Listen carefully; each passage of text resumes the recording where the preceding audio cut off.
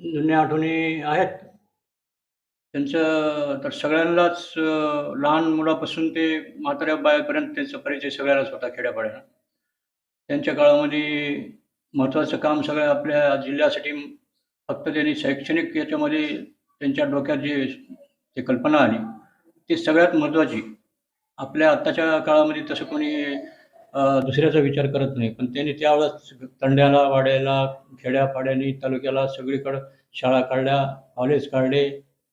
आमच्या बबनराव ढाकणे म्हणून मंत्री होते त्याच्या काळामध्ये त्यांनी प्रियदर्शिनी वसतिगृह आणलं त्यांच्या कॉलेजवर. दुसरे 2 महत्त्वाचे मला माझ्यासोबत त्याच्या आठवणी आहेत. त्या आठवणी म्हणजे 17 सप्टेंबर तो दिवस झेंडावंदन करून त्यांनी फुलवळकडे आले. त्यावेळेस मी पटणे साहेब गुत्तेदार होते, दिगंबररावजी पटणे. ते आमच्या फुलवळचे. त्यांचे आणि सगळ्याचे संबंध त्याच्यासोबत सगळ्याचे होते, धोंडगे साहेबासोबत. म्हणून त्यांनी फुलवळीवर आले त्यावेळेस काही गाड्या नव्हत्या, रस्ते बरोबर नव्हते. त्यांनी मी नवीन मोटरसायकलवर एजडे शिकलो होतो. म्हणजे एक महिना 15 दिवस झाला असेल केव्हा चलेलो असेल. तर त्यांनी तिथे आल्या म्हणले की कल्लाळीला जायचं आहे, मोटरसायकल घेऊन चला. तर मी म्हणलं मला तेवढं गाडी चालवता येत नाही. त्यांचं वजन अवजड, मी नवीन शिकलेला. तर त्यांनी म्हणले हळूहळू जाऊ पण चला. त्यांनी मला गाडीवर घेऊन गेले. मी पुढे चालवायला. सगळे कच्चे रस्ते. आपलं रुईवरून कल्लाळीला गेल्या. त्या सगळ्या जास्तीत जास्त त्या वाड्यामध्ये म्हाताऱ्या आजीच भेटू लागल्या. मी तर त्यावेळेस थोडा लहानच होतो. पण ते सगळं समजायचं. त्यांनी मागच्या आठवणी काढल्या. काय काय झालं, काय नाही. मग ते 1-2 घरी सगळ्याच्या भेटीगाठी घेतल्या. जवळपास 25 घराला भेटी दिल्या त्यांनी त्या ठिकाणी. मग सगळ्या गावातले जेवढे हजर होते ते लोक आले. त्यांनी एक ठिकाणी पोहे केले, पोहे घेतले. तिथल्या सगळ्या लोकांच्या आठवणी घेऊन भेट घेऊन निघाल्या. तिथून निघाल्याच्या नंतर आता इथून पेठोडच जवळ आहे म्हणले, तिथे भेटून येऊ. तर ते रस्ता एकदम बैलगाडीचा रस्ता. माणसाला चालता येत नाही. सगळं गोठा उघडं पडलेला त्या रस्त्यानं मला हळू जाऊ चला म्हणले. पण ते एक गावातून बाहेर असं निघालं की 3 फुटाचाच खोल असा कालवा होता. त्या कालव्यामध्ये मला नवीन गाडी शिकलेलं. जजमेंट तेवढं नव्हतं. मी असं गाडीतून वर घेतल्याबरोबर ती गाडी बंद पडली, रिवर्स आली. रिवर्स येण्यामध्ये त्यांनी पाय खाली सोडल्याबरोबर त्याच्या पायाला लागलं. ते गाडीतलाच त्यांनी कपडा काढला. गाडी जड, त्यांचंही वजन जड. मला एकट्याला गाडी उचलली नाही. गावातले लोक पळत आले. त्यांनी गाडी उचलली, वर काढली, पुन्हा चालू केल्या. पेठोड्याला अगोदर दवाखान्यात चला म्हणले. सरकारी दवाखान्यात जाऊ पट्टी करून घेऊ. मग पुन्हा ग्रामपंचायतमध्ये जाऊ. दवाखान्यात गेल्या. तिथं धारासूर तिकडले कुठले तरी धारूरचे त्या भागातले बीड जिल्ह्यातले एक डॉक्टर नवीन आले होते. आणि ते चपराशानं ओळखलं धोंडगे साहेब म्हणून. त्या डॉक्टरला काही ओळख नव्हती. त्यांनी चपराशाने सांगितलं की धोंडगे साहेब आलेत, आमदार साहेब आलेत, लवकर या बाहेर, लवकर या म्हणलं. तर ते आले. पण त्यांना ते तितकं काही महत्त्वाचं वाटलं नाही धोंडगे साहेब. फक्त धोंडगे साहेब आले, आमदार आपल्या दवाखान्यात मला भेटले म्हणजे ते त्याच्या मोठेपणात राहिले. पण ह्यांना ते जखम झाली होती, बरंच लागलं होतं. तर ते अगोदर मला पट्टी बांधा म्हणले. तर मग ते आल्या त्यांचं कौतुक करू लागले. धोंडगे साहेब म्हणले आमच्या ग्रामीणमध्ये आम्हाला फार ड्युटी कडक आहे. इथं फार खेड्यातला मामला आहे. एकट्याचा सगळा लोड आहे. आणि कंधार चांगला आहे. रणदिवे साहेबाचं नाव घेतलं त्यांनी गडबडीत. रणदिवे साहेबाचं फार चांगलं आहे म्हणले तालुका लेवलला.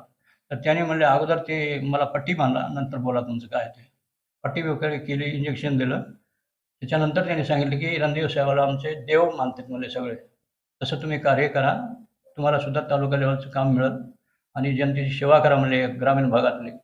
मग त्यांची भेट घेऊन तिथून ग्रामपंचायतला गेली. सगळ्याला भेटी गेल्या. तिथून वापस निघाल्या. वापस आल्याच्या नंतर आम्हाला 5 वाजले होते फुलवळपर्यंत यायला. फुलवळहून कच्चा रस्ता होता. पूर्ण काळी माती होती त्या रोडवर. तर ते गौळला आजीला भेटायला होतं म्हणले, मामाच्या गावाला. तर मग जाताना गेला पाऊस नव्हता. पण गवळामधून निघाल्या की तिथून आम्हाला ते रस्त्यावर पाऊस सुरू झाला. पाऊस सुरू झाला की काळ्या मातीनं सगळी गाडी स्लिप होऊ लागली. गाडी चालवता येण्यामध्ये चिखल भरून गेला. मग ढकलीत त्यांनी उतरून पायी ढकलू लागायची गाडी, मी पुढे घ्यायची. मग तिथून मी थोडं पुढे आल्याच्यानंतर चढतीला आपला प्लॅन्ट होता तो जरा परवा नॅशनल हायवेचा. तिथून एक राईट साईडला कच्चा पांढरा रस्ता होता.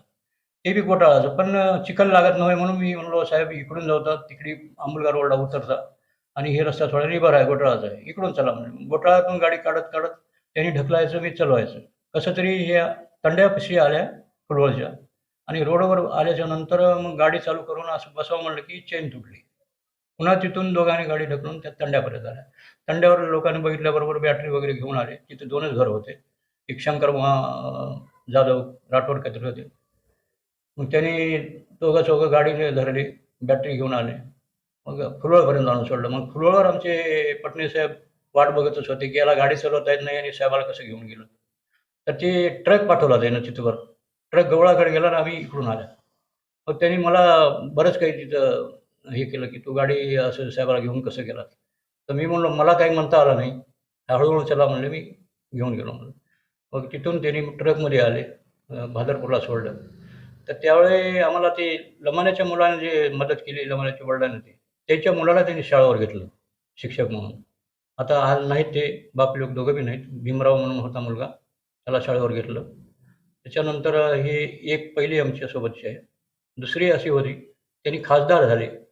खासदार झाले त्यावेळेस आता अधिकारी वगैरे त्यांना भेटण्यासाठी प्रत्येक जण यायची तयारी ठेवली. त्यावेळेस BNCमधले अधिकारी आमच्या पटणे साहेबाला सांगू लागले, की तुमच्या ओळखीनं तिथं आम्हाला यायचं आहे एक दिवशी भेटीला. तर साहेबाची भेट घेऊन. मग ते साहेबाला येऊन सांगितलं, की अधिकारी काही तुमच्या भेटीला येणार आहेत. तर तुमच्या बैठकीमध्ये 1-4 खुर्च्या टाकूता. ते म्हणले, "इथं खुर्ची वगैरे काही टाकायची नाही. जे म्हणजे ढाळत आहे ते ढाळत बसावं लागेल. कोणी यायचं असेल तर येईल, नाही तर नाही."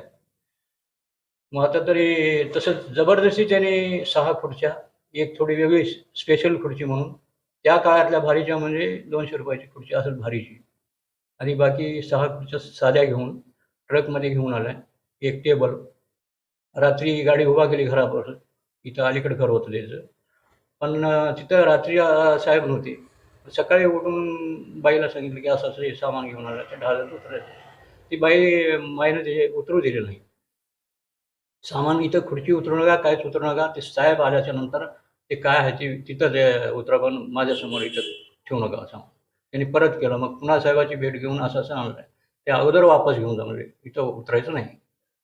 एस-सी लेव्हलचे, एक्झिक्युटिव्ह इंजिनिअरचे लेव्हलचे पूर्ण चीफ इंजिनिअर तिथं आले, ढाजतच त्याच्या बसले. त्यांच्या भेटी घेतल्या. कामाचे कुठले-कुठले कामं काय नाही त्यांनी सगळी मांडणी केली आणि त्याच्या भेटी घेऊन गेली. त्याच्यानंतर दुसरं म्हणजे मी रोहिदास चव्हाण ज्यावेळेस निवडणुकीला बसले होते, त्यावेळेला आमचं पेनूर भागामध्ये कामं चालू होती. सुरुवातीपासून आम्ही धोंडगे साहेब म्हणजे आमदार कोण झाला त्याचं काही आपल्याला देणं-घेणं नव्हतं. म्हणजे काही कळत बी नव्हतं. तर ते फक्त धोंडगे साहेबाला मतदान करा, धोंडगे साहेबाला मतदान करा एवढंच सांगायचो आम्ही. गठलेल्या तिकडले कामावरल्या माणसाला असो, गावातल्या असो काय. मग ते त्यावेळेस योगायोगाने त्यांचा पराभव झाला. रोहिदास चव्हाण साहेब निवडून आले. पण ते रोहिदास चव्हाण साहेबांची आम्हाला काही ओळख नव्हती. तर तिकडे आमचे 4 कामं चालू असल्यावर पुन्हा त्यांच्या यायला सुरू झाले. हे कोण, काय नाही. मग त्यांनी म्हणलं, की बाबा हे एकाच्या पूर्वच्या लोकांनी आम्हाला त्रास बराच दिला. धोंडगे साहेबाचा प्रचार केला, धोंडगे साहेबाचा प्रचार केला. पण आम्ही नंतर ते रोहिदास चव्हाण साहेबांना सांगितलं, की आमदार झाल्यानं तुम्हाला काय फरक पडते आणि त्यांना काय पडते आम्हाला त्याच्यात काही कल्पना नव्हती. ते चांगले माणसं म्हणून पहिल्यापासून सगळेजण होत्या. त्याच्यामुळं आम्ही चर्चा कुठं अशी केल्या. असं त्यांच्यासोबत बऱ्याच 2-3 घटना घडल्या. आज धोंडगे साहेब नाहीत, राजकारणामध्ये कुठेतरी उणीव वाटते. बिलकुल 100% वाटते. आता त्यांच्या तोडीचा माणूस आता लवकर होणं फार कठीण वाटते आम्हाला तरी, माझ्या मतानं. आज माननीय डॉक्टर धोंडगे साहेबाला 1 वर्ष पूर्ण झाला जाऊन आपल्यातून. आमच्या परिवारातर्फे, माझ्यातर्फे त्यांना भावपूर्ण आदरांजली अर्पण करतो. त्यांच्या परिवाराला सद्बुद्धी देवो, इथून त्यांचं कार्य त्यांच्या हातून घडो, अशी अपेक्षा ईश्वरचरणी करतो. एवढं विचारतो.